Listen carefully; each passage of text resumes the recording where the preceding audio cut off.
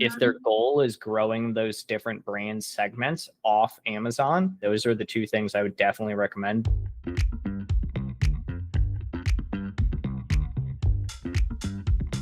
Can smaller brands benefit from DSP, or should they focus on other strategies? There are 4 brands. One brand we stopped advertising. They have manufacturing issue, machine problem, etc. So we reallocated the budget. They're spending 23K monthly now. So I wonder if DSP would work in this case.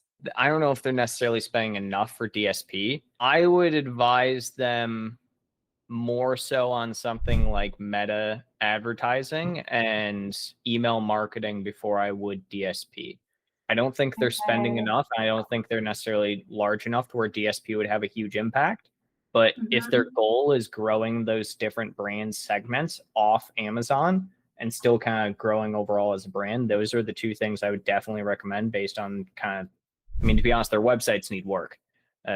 Yeah, okay. They're not exactly the most professional sites in the world, but those are probably the two areas I would look at. I mean, this seems like probably, I know their customer segment is probably more so, you know, B2C, where it's a lot of like at home type of stuff, but I feel like it could have some more B2B aspects. So maybe even Google ads, but realistically, I'd probably start with those two.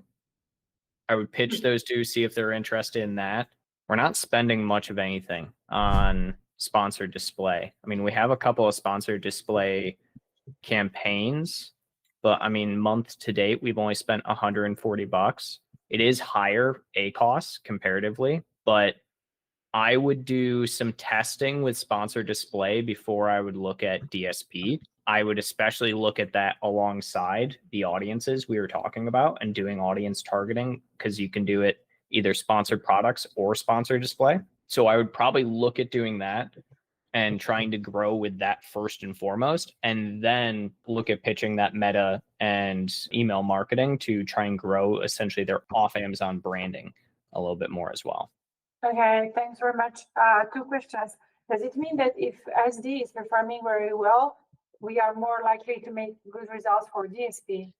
Yes. So look at, so sponsored display is kind of like DSP Lite, essentially, in the way that Amazon.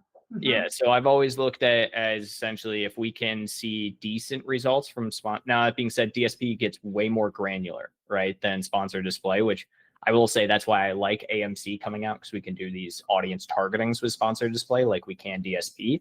But if somebody doesn't have the budget for DSP, then yeah, sponsored display from like a testing ground is usually good. You know, put whatever 10% of whatever it is you would put towards DSP into sponsored display, see how it's kind of performing, and then go from there. And if it performs really well, then that would be like a really good candidate for DSP. Great. Okay. Thank you very much. And the meta budget, usually, like, is there a budget we recommend, or this is based on what the client is spending on PPC?